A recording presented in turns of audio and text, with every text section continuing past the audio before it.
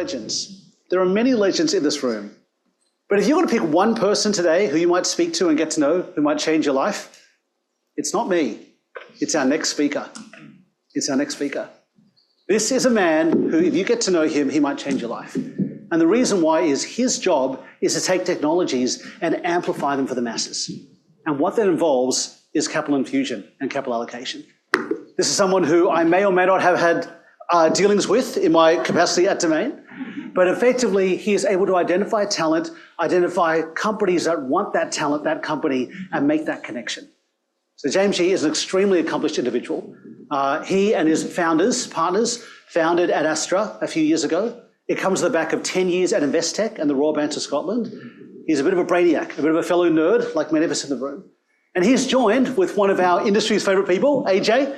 AJ Chand is here, obviously one of the PropTech Association legends, one of the finalists, of PropTech Leader of the Year, and someone who's an accomplished serial investor, founder, and CEO in his own right, including most recently RESO, which is I'm sure he'll talk more about. Would you please join me in welcoming AJ and James?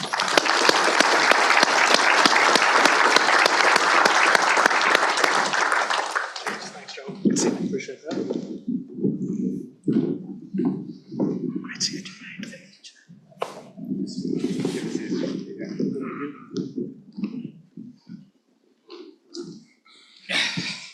Thank you, James. John? Thanks for having me here.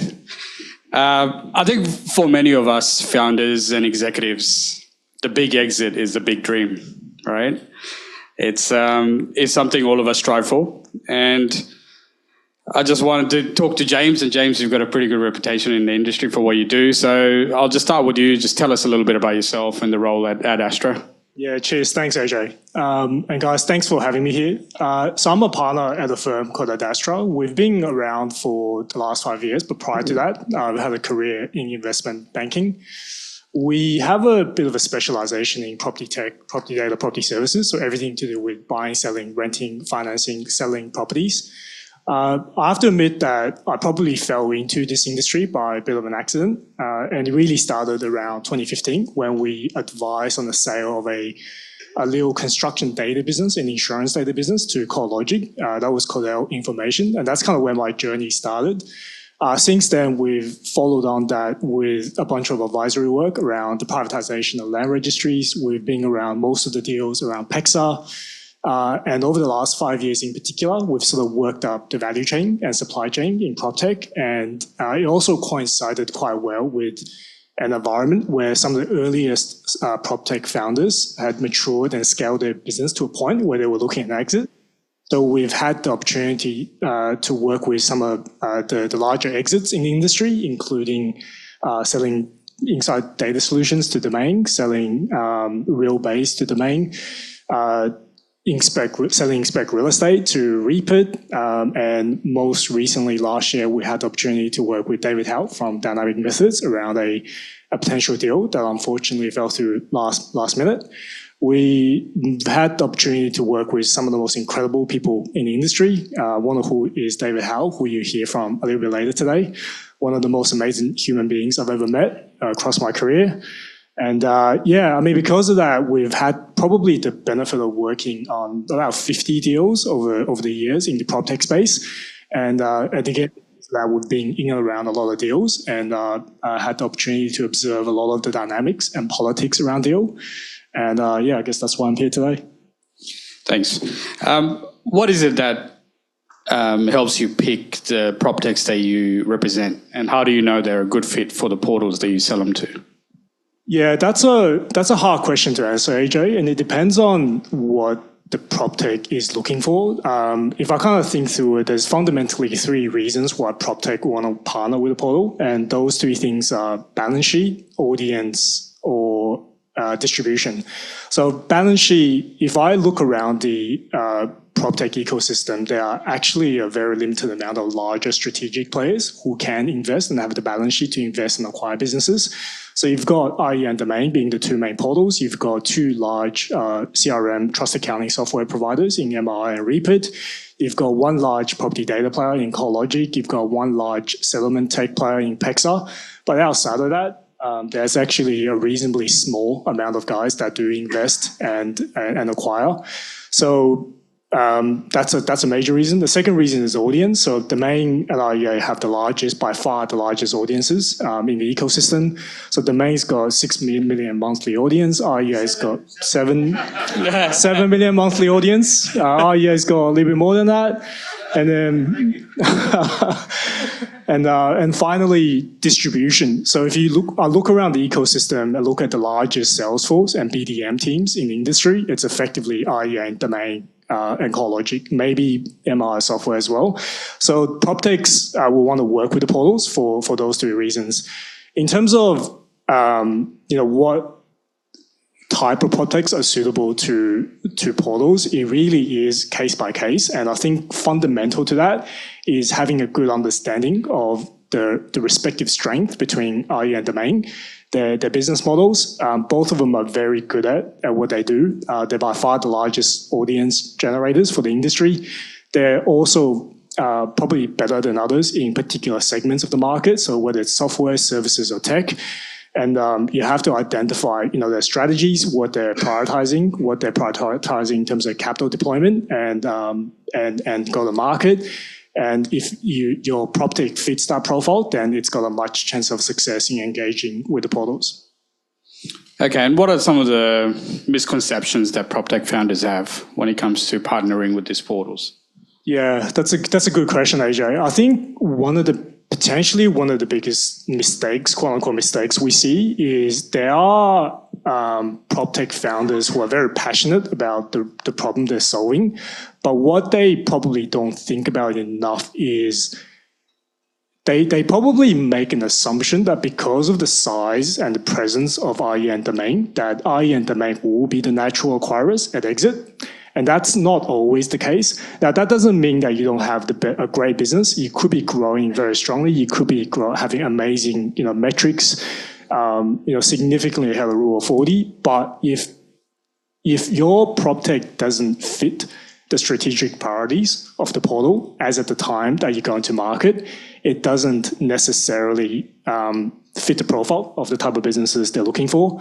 I think the other potential misconception is how long it takes to engage with portals. And that's common across whether it's the portals or some of the other large acquirers in the market. The deals we see and we've observed take a minimum of 6 months to do, sometimes a lot longer. And that's if they already know you and already know your businesses. If you haven't engaged with them previously, it takes a lot longer than that.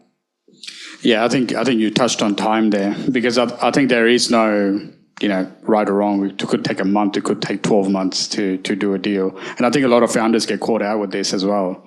When they're talking to someone about an acquisition and then, you have about 12 months runway, and then it could take a lot longer than that. So you did touch on that, but just out of curiosity, like you say, how often or how long will the big organizations take to do deals? Are they slower to do it as opposed to doing it in other methods? It really, again, depends case by case. It depends on whether the portals or any other large acquirer already is aware of your business. It takes quite a bit of engagement. The last thing you want to do is you've got 6 months of cash runway and you're trying to get a deal done and you're running to a clock. That's not a great leverage position to start with.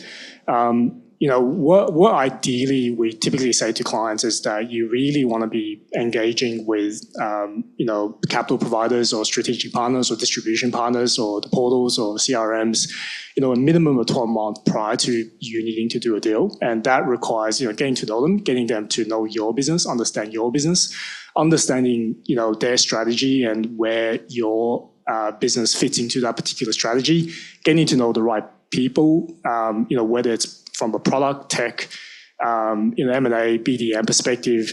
And there's various parts of, RE and Domain, they're very large organizations, and there's many, many parts of the organizations that needs to, coalesce together for a deal to happen. The other point I'll make is you have to find an internal champion within the big organizations, because somebody within these large organizations has to put their hand up and put their put their reputation on the line to champion your business up to the management level, exec level, board level to do the deal. It does take a fair bit of time. Excellent. How are the terms of the deal price determined? That's the secret art. Okay. Look, what I'll say is way more important than deal terms is actually getting the right buy-in from the portals, i.e. and domain, around why your business fits and why they should invest in your business or why they should acquire your business or why they should distribute your product using their audience. Now, strategic fit is the biggest hurdle to overcome. And once you've overcome that hurdle, once you've convinced acquirer or an investor that they should be doing the deal, what we've found, at least in relation to realestate.com.au or domain, is that price is a secondary factor, and typically, I probably shouldn't be saying this with John here, but they don't actually negotiate as hard as you think they would.